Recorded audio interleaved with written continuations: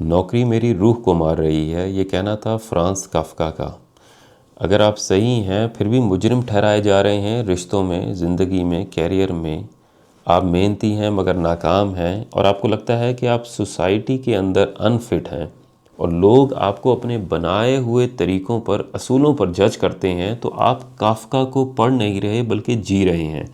इसको living in a काफ्कास world भी कहा जाता है। फ्रांस काफ्का 1883 में चेक रिपब्लिक में पैदा होता है। जर्मन फैमिली से इसका ताल्लुक़ है। बाप इसका मशहूर बिजनेसमैन है, घर का बड़ा है, बहुत ज़्यादा दबाव है इसके ऊपर कि ज़िंदगी के अंदर वो बिज़नेस करना है जो बाप कर रहा है, उसी तरीक़ों पे चलना है जिस तरह बाप ने ज़िंदगी गुजारी है। और बहुत सारी रिस्पॉन्सिबिलिटी हैं, लोग इसको जज कर रहे हैं और ये इन तमाम तरीक़ों से, इस तरह की ज़िंदगी से लाचार हो चुका है। और एक बड़ा मशहूर कोटेशन है इसके बारे में कि मुझे अफ़सोस है कि दुनिया एक कॉस्ट्यूम पार्टी थी और मैं अपने असल चेहरे के साथ चला गया।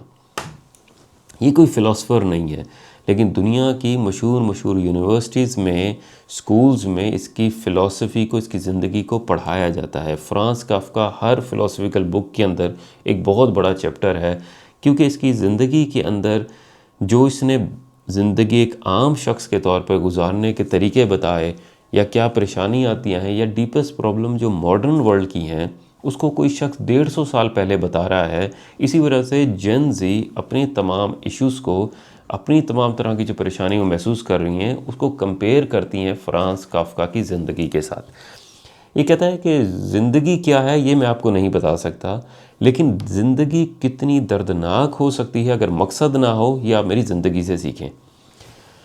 इसने अपनी ज़िंदगी के अंदर कोई 18-19 किताबें, लिटरेचर या ख़त लिखे, लेकिन इनमें से एक भी ऐसा नहीं था जो इसने ख़ुद कहीं पब्लिश किया हो। 34 साल की उम्र में इसको टीबी हो जाता है, 40 साल की उम्र में ये मर जाता है। मरते वक्त अपने दोस्त को कहता है कि मेरा जितना भी लिटरेचर है, जितना भी काम मैंने लिखा है, उसको आग लगा देना। इसका दोस्त जिसका नाम मैक्स है, मैक्स ब्रॉड, वो तमाम लिटरेचर को इसके मरने के बाद पब्लिश करता है और लोगों को पता चलता है कि ये कितना बड़ा अदीब था। इसकी फ़िलासफ़ी क्या है कि इंसान बेकसूर होकर भी मुजरिम हो सकता है। सिस्टम बनाया गया है आपको सफ़र कराने के लिए, आपको तोड़ने के लिए। इंसान की कदर उसकी अफ़ादियत से होता है, अगर वो फ़ायदा दे रहा है तो ही इसकी कदर है। और लोग और निज़ाम आपको जज करते हैं अपने बताए हुए असूलों से, अपने बताए हुए रूल से और तरीक़ों से। आपकी अपनी क्या चाहत है, इसकी किसी को कोई परवाह नहीं है। इसने अपनी ज़िंदगी के अंदर बड़ी मशहूर जो किताबें लिखी, जिसको कभी पब्लिश नहीं किया, उसमें एक मशहूर किताब है, इसका नाम है मेटामॉर्फोसिस। यानी फ़िलासफ़िकल किताबों के अंदर मेरा ख़्याल है कि ये टॉप 10 किताबों में आती होगी। मुश्किल किताब है, लेकिन इसके अंदर एक शख्स है जिसका नाम ग्रॉग है, और वो सुबह उठता है तो उसे पता चलता है कि वो कीड़ा बन चुका है। एक नॉर्मल शख्स के लिए तो परेशानी ये होनी चाहिए कि मैं कीड़ा बन गया हूँ, मैं ज़िंदगी कैसे गुजारूँगा, मैं कीड़ा कैसे बन गया। लेकिन इसकी जो परेशानी है वो ये है कि मैं अब कमाऊँगा कैसे, मैं नौकरी पे कैसे जाऊँगा, क्योंकि मैं कीड़ा बन चुका हूँ।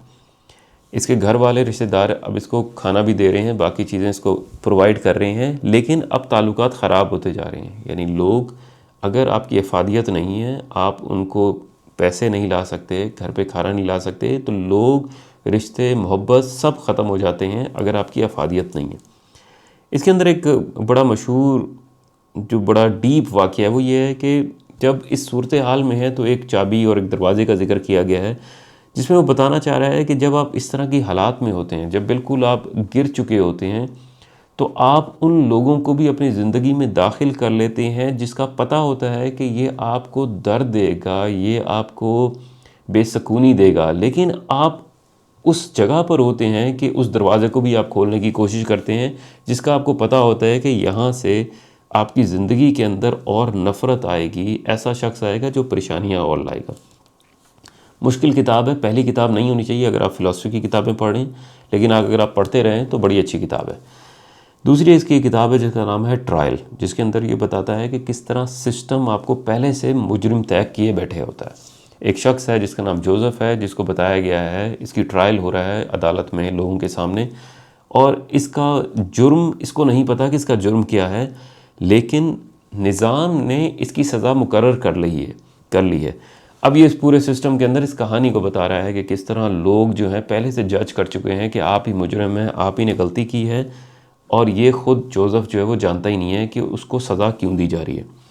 इसी तरह एक और मशहूर किताब है इसकी, कैसल, जिसके अंदर काफ़ी बड़ी किताब है, लेकिन मशहूर इसका वाक़या ये है कि वो बताता है कि कैसे इंसान सारी ज़िंदगी इंतज़ार करता रहता है उस दरवाज़े के खुलने का जिसमें से उम्मीदें हैं, जिसमें से उसके लिए खुशी आ सकती है, जिसमें उसके लिए कोई ऐसा सलूशन आ सकता है जिसके लिए वो इंतज़ार कर रहा है, लेकिन उस दरवाज़े के खुलने पर वो अपनी पूरी ज़िंदगी ज़ाया करता है। इसके अलावा इसके बहुत सारे मशहूर लेटर हैं जो इसने लिखे।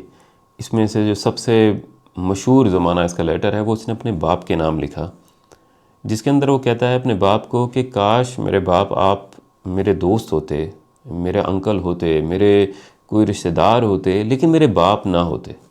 आपने मेरे ऊपर जो ज़िंदगी के अंदर दबाव रखा, जिस पाथ पर आपने मुझे चलाना चाहा, जिस जगह आपने मुझे मजबूर किया कि जो मैं बनाना मुझे चाहते थे, वो मेरी ज़िंदगी के लिए नहीं था, लेकिन आपको, आपके ख्वाबों को पूरा करने के लिए मैं दौड़ता रहा।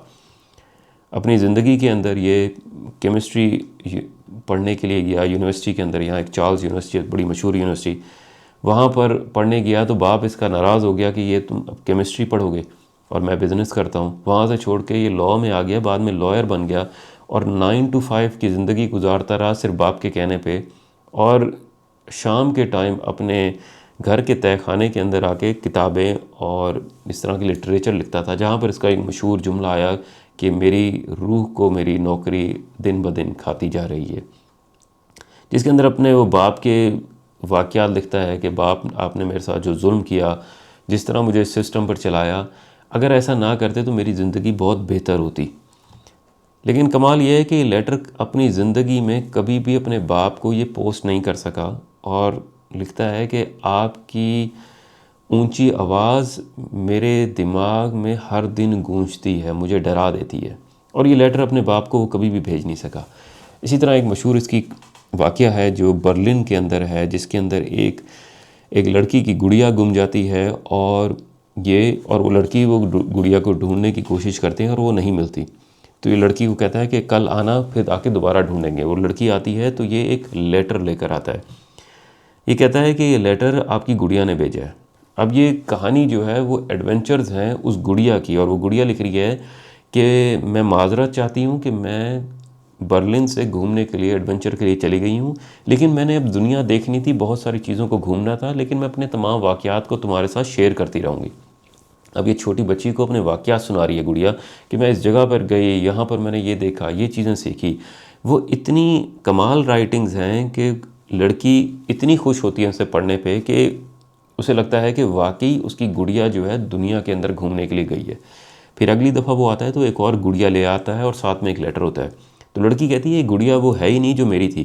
तो उस लेटर में लिखा होता है कि मैंने दुनिया फिरी है, अब मैं बदल चुकी हूँ, ये मेरा मुख्तलिफ रूप है इतनी दुनिया में घूमने के बाद, दुनिया देखने के बाद। इसके बाद फ्रांस काफ्का जो है वो अगले 1 या 2 साल के बाद मर जाता है, और एक और लेटर निकलता है जो गुड़िया के अंदर होता है, और जिसके अंदर वो बताता है कि आपकी ज़िंदगी में तमाम तरह की मोहब्बत, वो शौक़, वो तमाम चीज़ें, लोग जो आपके करीब हैं वो ख़त्म हो जाएंगे, लेकिन कमाल ये है कि इसी दुनिया के अंदर आपको ऐसी और ख़ुशी मोहब्बत मिल जाएगी जो आपकी पहली खुशी के ऊपर ओवरलैप कर जाएगी और आपको दूसरी खुशी देगी। तो ये इसकी मशहूर कहानी है। इसके बाद वो लिखता है कि बहुत तकरीबन 4-5 और भी इसके मशहूर लेटर्स हैं, जिसमें एक के अंदर वो लिखता है कि ज़िंदगी जीना मसला नहीं है, लेकिन ज़िंदगी को समझना और फिर जीना और भी ज़्यादा मुश्किल है। और वो कहता है कि इंसान आज़ाद है सिर्फ़ उस हद तक जहाँ तक इंसानों ने, निज़ाम ने और खालिक ने आपको आज़ादी दी है। इसके अलावा आपके पास कोई आज़ाद नहीं है, और जिस दिन आपने एक आज़ाद फ्री मैन की ज़िंदगी गुजार ली, वो आपकी ज़िंदगी का आखिरी दिन होगा। अच्छा, इसकी ज़िंदगी से बहुत सारी चीज़ें आप सीख सकते हैं, ख़ास तौर पे जेन ज़ी, जिनको लगता है कि उनकी वैलिडेशन नहीं है, उनके माँ बाप उन्हें समझ नहीं सकते, लोग और निज़ाम उनको जज करते हैं, लोग अपने तरीके पर अपने कैरियर के मुताबिक आपको ढालने की कोशिश करते हैं। आपके माँ बाप हैं, बहन भाई हैं, उनके मुताबिक जो ठीक थी वो कोशिश करते हैं कि आप भी उसी रास्ते पर चलें। आपकी जो अपनी ओपिनियन है सोसाइटी में आप फिट हैं या नहीं हैं, आपको लगता है कि आप बहुत सारी चीज़ें फ्रांस काफ्का से या उसकी ज़िंदगी के मुताबिक गुजार रहे हैं। अगर आपको भी लगता है कि आप काफ्का की ज़िंदगी गुजार रहे हैं तो कमेंट में लिखिएगा कि मैं जी रहा हूँ काफ्का की ज़िंदगी।